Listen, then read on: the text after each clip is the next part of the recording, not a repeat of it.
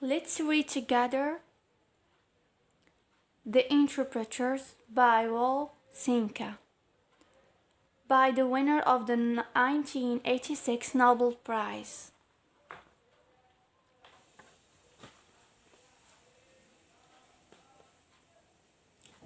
Part 1. Metal on concrete jars. My drink lobs. This was Sagu's grumbling as he stuck fingers in his ears against the mad screech of iron tables.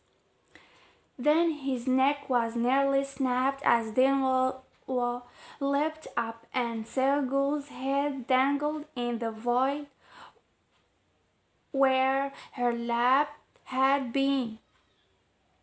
Bundley's arms never ceased to surprise at half-span the embarrassed table and chairs, pushed them deep into the main wall as dancers dodged long chameleon thongs of the cloudbursts, and the wind leapt at them, visibly malevolent. In a moment only the band was left. The plop continued some time before its meaning came clear to Igbo, and he looked up at the leaking roof in disgust. Then threw his beer into the rain, muttering, "I don't need his pity. Someone tell God not to weep in my beer." Sagu continued to rub his neck. "You are a born hangwoman leaping like that. It could snap a gorilla's neck. I had to think of my hair." "Her hair? My neck to her hair? Why don't you use wings like all fashionable women?" "I don't like wings. If you go round wearing your own hair, people will think you are bald. Separate only by the thigh-high bamboo wall giving the so-called party privacy. Try our club, Kambana, Kabikos, etc., etc." Igbo watched the rising pool in which his polluted beer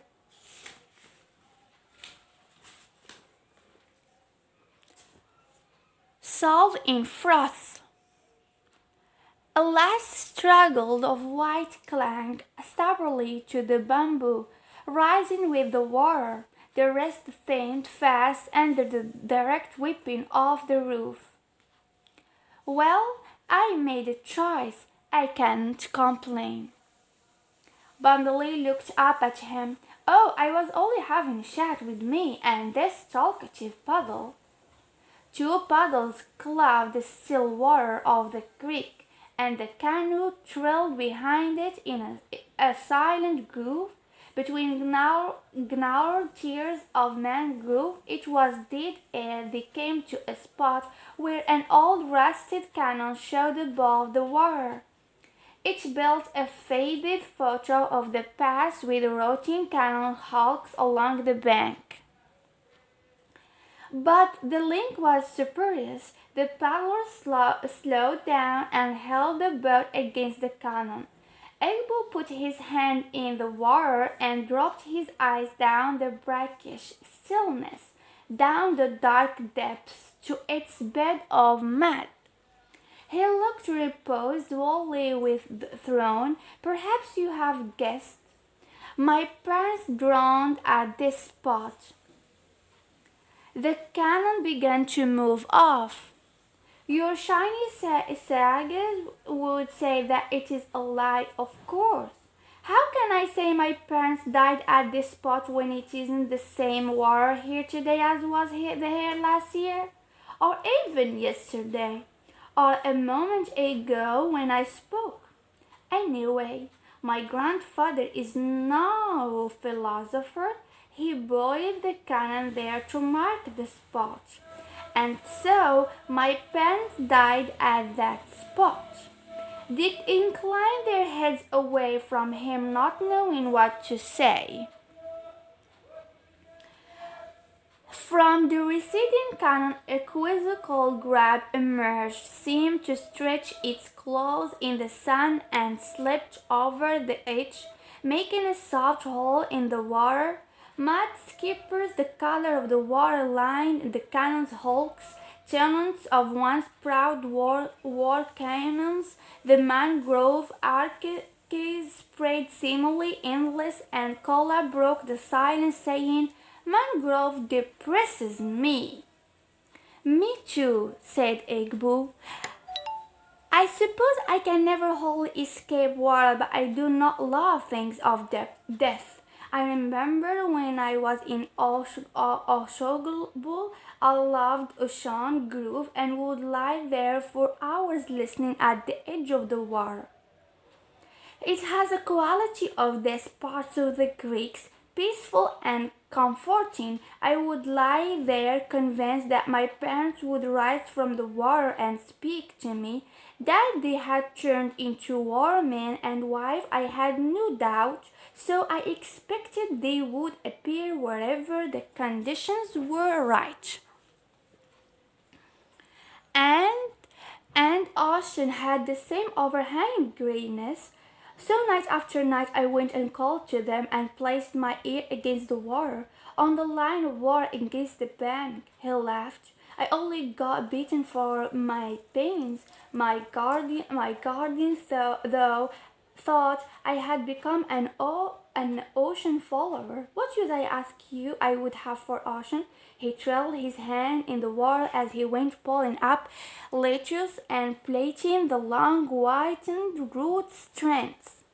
That was only a phase, of course, but I truly yearned for the dark.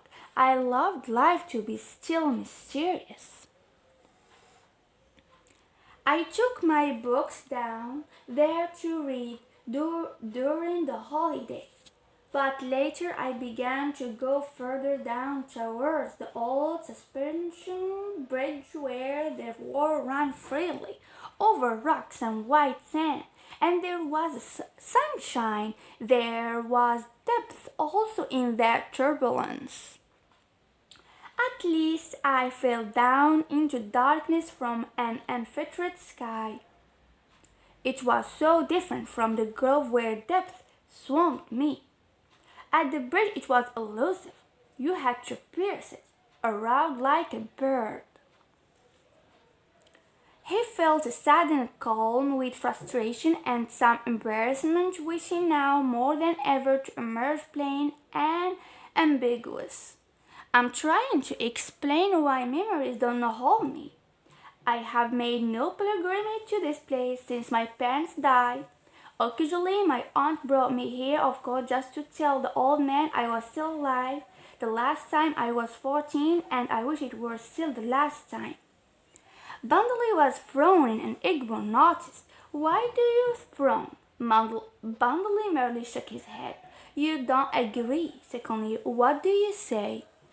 If the dead are not strong enough to be ever present in our being, should they not be as they are dead? To make distinctions, disrupt the dome of continuity, which is what life is. But are we then able to continue making advances to the dead? Why should the dead on their part fear to speak to light? That is why we must accept the universal dam, because there is no direction. The bridge is the dam of religion, and bridges don't just go from here to there. A bridge also faces backwards. That's all for today. I hope you enjoy it. We will finish our story tomorrow. Next page. See you next time. Goodbye.